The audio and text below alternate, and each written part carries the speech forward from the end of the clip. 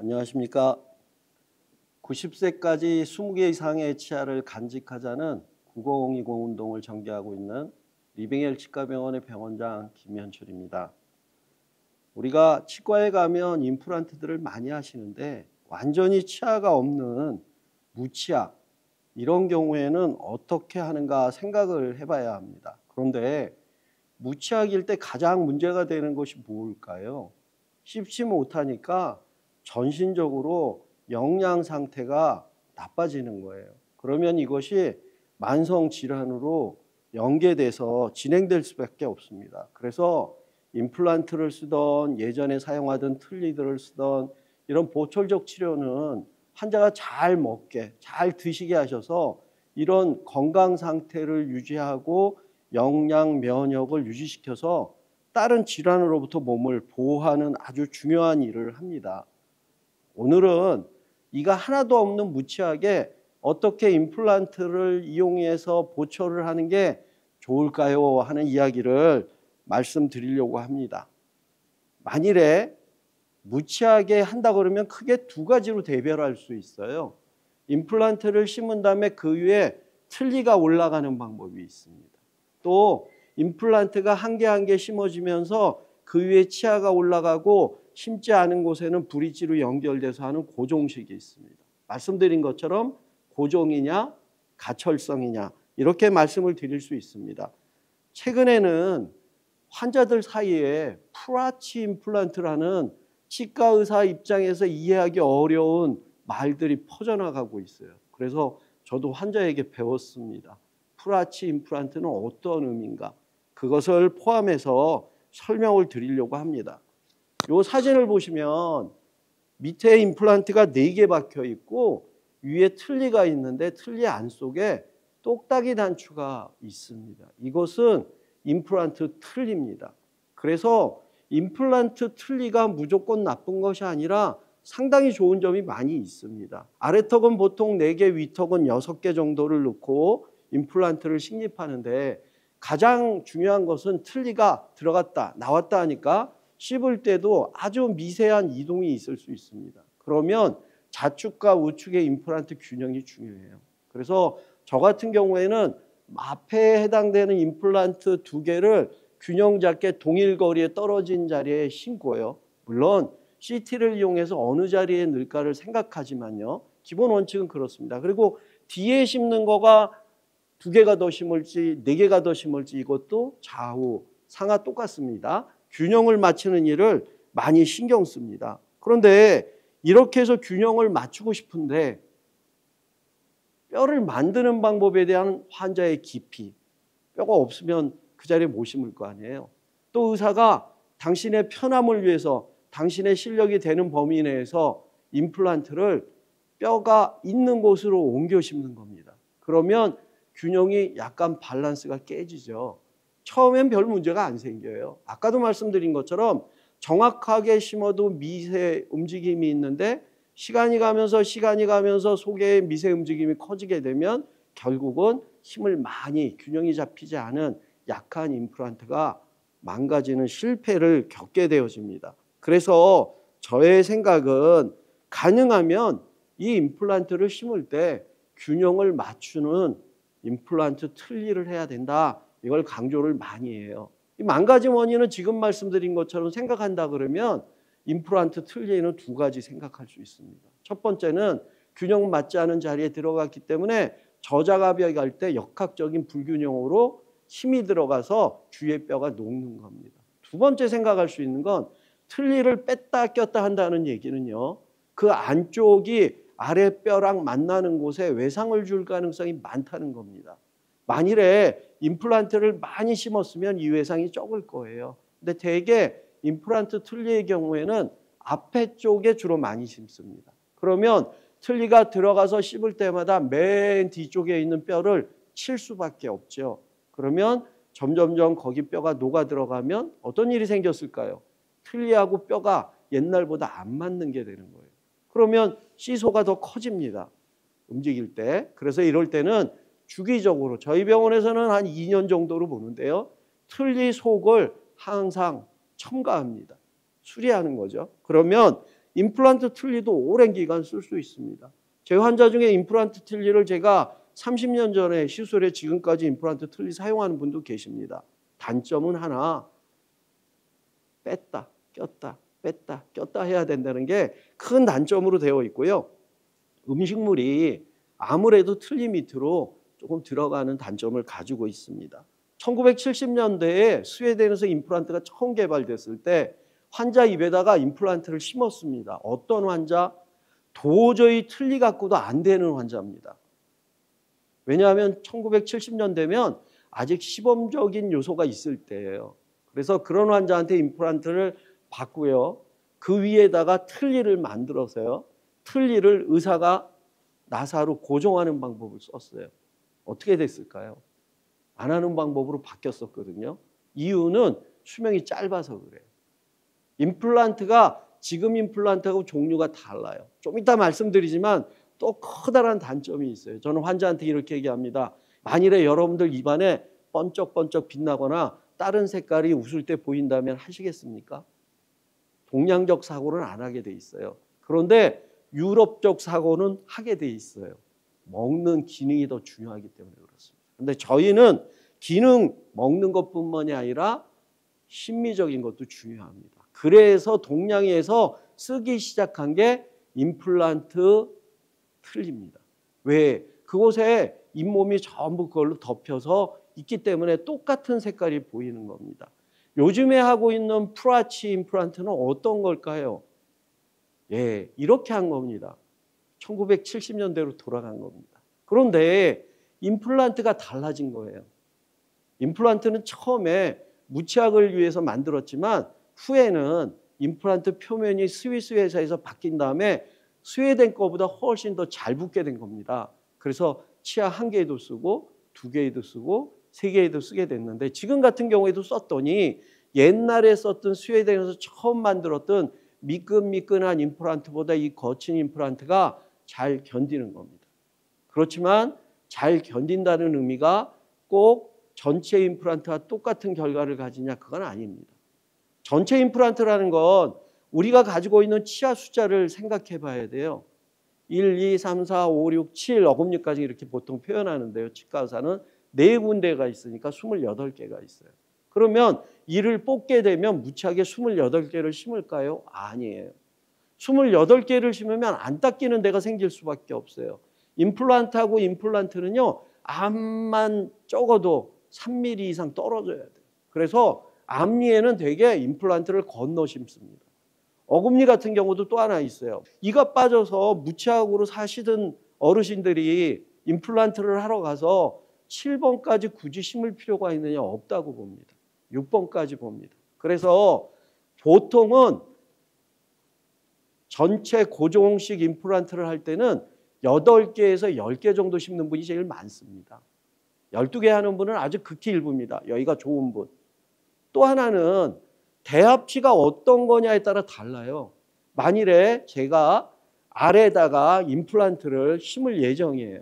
근데 위에가 뺐다 꼈다 하는 틀니를 깨고 계세요. 그러면 6개 심고도 고정식 할 수가 있습니다. 근데 반대가 됐다.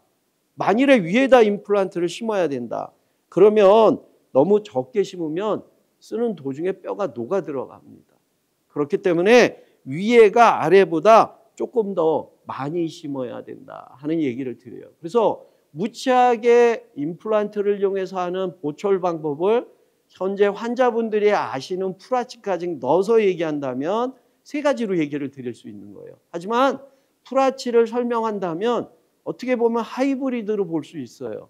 옛날 방법의 숫자에 고정식을 넣은 거예요. 제가 1990년도에 일본에서 2년간 연수 공부를 했어요. 일본 구르메 대학이라는 곳에서. 그때 일본에서 이것이 유행했었습니다. 1970년으로 회귀한 거예요. 이런 방법을 써보자. 그런데 결론은 많은 치과 의사들이 흉내를 안 냅니다. 따라를 안 합니다. 이유는 수명이 나중에 문제가 된다는 거예요. 당장 심으면 좋습니다. 그런데 10년이 지나고 20년이 지나고 30년이 지나고 40년이 지나고 할 때 환자가 쓸 수 있는 임플란트를 하는 방법이 더 좋은 선택이기 때문에 그렇습니다. 틀림없습니다. 임플란트를 심는다 그러면 전체 고정식이 더 좋습니다. 단점 하나, 많이 심으니까 조금 더 아파요. 단점 둘, 경제적 부담이 문제됩니다. 하지만 아까 말씀드렸던 것처럼 대합체의 관계라든지 뼈의 질을 보고 최소로 줄이게 된 것이 풀아치 할 때 심는 숫자 정도나 한두 개 더 많다면 어떻게 하시겠습니까? 어떤 방법이 더 좋다고 생각하실 수 있을까요? 이건 저희들이 생각해 봐야 합니다. 그래서 스위스에서 임플란트 표면을 바꾼 다음에요, 이게 큰 진료의 변환을 가져온 거예요. 예전에는 못 먹는 사람이 먹도록 하는 치료였는데 스위스에서 만든 임플란트가 들어가서 한 개가 들어가건 세 개가 들어가건 옆에 치아, 반대쪽 치아, 위의 치아를 건강하게 유지하는 효과를 보는 임플란트로 변하게 된 겁니다. 예전엔 보초를 하나 했잖아요. 그러면 시간이 지나면 브릿지가 고장이 나서 하나를 또 빼면 긴 브릿지나 작은 부분 틀니를 했어요. 근데 부분 틀니를 쓰다 보면 또 앞에 치아가 고장나요. 그러면 큰 부분 틀니를 해요. 그러다가 또 고장이 나면 큰 틀니를 해요. 어떻게 됐을까요? 큰 틀니를 하면 평생 쓸 수 있을까요? 아니요. 아까 말씀드렸던 그 큰 틀니가 아랫뼈를 씹을 때마다 쳐서 뼈가 흡수돼서 없어지게 되니까 그때 가서 환자분이 보호자분들이 어머님, 아버님 모시고 병원에 오세요. 원장님, 저희 어머님, 아버님이 틀니를 오래 쓰셨는데요, 다른 치과에서 임플란트 못한다고 그러던데 정보를 찾다 보니까 여기서는 뼈 이식을 하고 한대요. 할 수 있습니다. 그런데 문제는요, 큰 수술이 되는 거예요. 어떤 경우엔 전신 마취를 하고도 해요. 그렇다면 아까 말한 브릿지에서 임플란트를 망가졌을 때 심었으면 어떻게 됐을까요? 맨 뒤에 차도 지금도 쓰고 계실 거예요. 또 부분 틀릴 때 임플란트를 2개, 3개 심었다면 어떻게 됐을까요? 앞에 치아를 쓰고 계실 거예요. 이런 식으로 저희가 어떤 경우에 이런 것들을 하면 좋을까 하는 생각을 가져볼 필요가 있습니다. 자, 풀아치 임플란트의 장점을 한번 보겠습니다. 뺐다 꼈다 하는 틀니, 임플란트 틀니보다 고정성이 좋고 견고합니다. 틀림없습니다. 두 번째, 비교적 전체 고정성 임플란트보다는 경제성이 있습니다. 이게 큰 장점이에요. 단점은 아까 말씀드린 것처럼 임플란트를 심은 다음에 그 위에 일반적인 틀니를 고정하면 어떻게 될까요? 닦을 수가 없어요. 그래서 아래쪽을 환자가 닦을 수 있게 약간 볼록한 모습으로 바꿔야 돼요. 근데 그 속에 금속이 들어가 있어요. 그 속에 잇몸을 조금 보호하기 위해서 도자기를 이용해서 또는 지르코니아를 이용해서 잇몸 색깔로 덮여드려요. 그러면 입술을 제끼고 보면 환자분들이 그 모습과 내 잇몸의 색깔을 만족해 하실까요? 아까 말씀드린 대로 동양 사람들은 별로 만족하지 않습니다. 그것은 이 방법밖에 없어요 하는 그런 설명을 들었기 때문이라고 저는 생각을 해요. 하지만 충분히 설명을 듣고 환자가 그런 결정을 하셨다면 그 다음부터 중요한 일이 있습니다. 관리를 잘해야 됩니다. 제 환자는 일반적인 자연치아 환자는 6개월마다 오세요. 근데 잇몸이 나빠서 잇몸 치료를 하셨어요. 그러면 3개월마다 오세요. 임플란트를 하셨어요. 건강한 사람이에요. 4개월마다 오세요. 근데 지금 말씀드린 이런 특수한 방법을 썼을 때는 2, 3개월에 한 번씩 와서 관리를 받습니다. 그게 굉장히 중요한 겁니다. 자, 이렇게 해서 환자분이 선택을 하게 되는데 하나 놀라운 이야기를 지금부터 하려고 합니다. 치과 질환이 전신 질환과 관련돼 있다는 얘기들은 이제 많이 알고 계세요. 근데 치과 어금니가 치매, 알츠하이머랑 관련돼 있다 하는 얘기는 세균에 대해서 알고 있지 씹는 힘에 대한 얘기는 잘 모르고 있습니다. 전 세계에서 치매, 알츠하이머 병과 구치의 저작 힘에 따라서 관련성이 있다 하는 보고가 많이 되어져 있어요. 가까운 나라 일본에 동경의과 치과대학에 계시는 쇼이라는 선생님이 발표한 논문이에요. 아래 보시면 뇌가 있어요. 음식이 어금니에 있어서 꽉꽉꽉 씹히는 분은요, 대뇌 피질에 혈류량이 많아지도록 활성화되도록 되어 있어요. 그러면 산소 공급이 많아져서 뇌가 건강한 거예요. 근데 아래를 보면 어금니 쪽에 씹는 힘이 적은 분이에요. 이분들은 대뇌 피질에 혈류량이 감소되기 때문에 아까 말씀드린 치매의 관련성이 점점점 높아진다. 이렇게 이야기를 합니다. 치아에 대한 것을 우리가 생각할 때 제가 전자에 설명드릴 때 뭐라고 말씀드렸냐면 프라치를 하거나 임플란트 틀니를 하는 것보다 조금 부담이 늘어난다면 고종식이 환자에게 구강의 기능뿐만이 아니라 치매와 같은 전신질환 관련성에서도 훨씬 좋다고 말씀을 드리는 거예요. 자, 그러면 논문의 결과는 어떤지 한번 말씀드려 볼까요? 자, 아무것도 없어서 치아를 안에서 씹지 못하고 계신 분 굉장히 위험성이 높다는 얘기예요. 뺐다 꼈다 하는 틀니 힘은 약간 전달되는데 그것보다는 임플란트가 훨씬 좋다는 거예요. 그런데 임플란트보다는 자연 치아가 훨씬 더 좋다는 거예요. 프라치를 할 때 이런 느낌이 있는 곳이 있어요. 자, 남는 치아가 3개인데요. 여기다 두고 옆에다 임플란트를 심게 되면 복잡하니까 이 치아를 빼고 프라치로 그냥 심으시는 게 돈이 덜 들어요. 이건 환자가 이 얘기를 안다면 하면 안 되는 설명입니다. 근데 선생님도 이걸 모르실 거예요. 그렇기 때문에 환자 입장에서 우리가 어떤 보철물을 어떻게 할까 하는 것은 완전 이가 없는 경우에도 굉장히 중요하다. 그러면 선택의 기준이 또 하나 생겨요.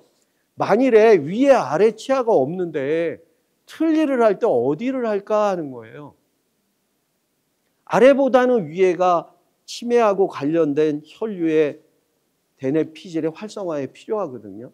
그런데 아래 틀니를 하면 아래 혀 때문에 틀니가 잘 빠질 수밖에 없어요. 그래서 치과 의사의 생각으로는 위에는 뺐다 꼈다 하는 틀니를 하고요. 입천장이 넓으니까 아래는 임플란트 하는 거를 추천을 되게 많이 합니다. 그렇지만 그걸로 평생 만족하지 마시고 아래를 해서 우선 드셔서 영양을 회복하는 게 중요하니까 그렇게 한 후에 조금 시간이 되는 동안에 경제적인 준비를 해서 위에도 임플란트로 가는 게 긴 우리의 삶 속에서 더 좋은 결과를 가질 수 있다고 생각합니다.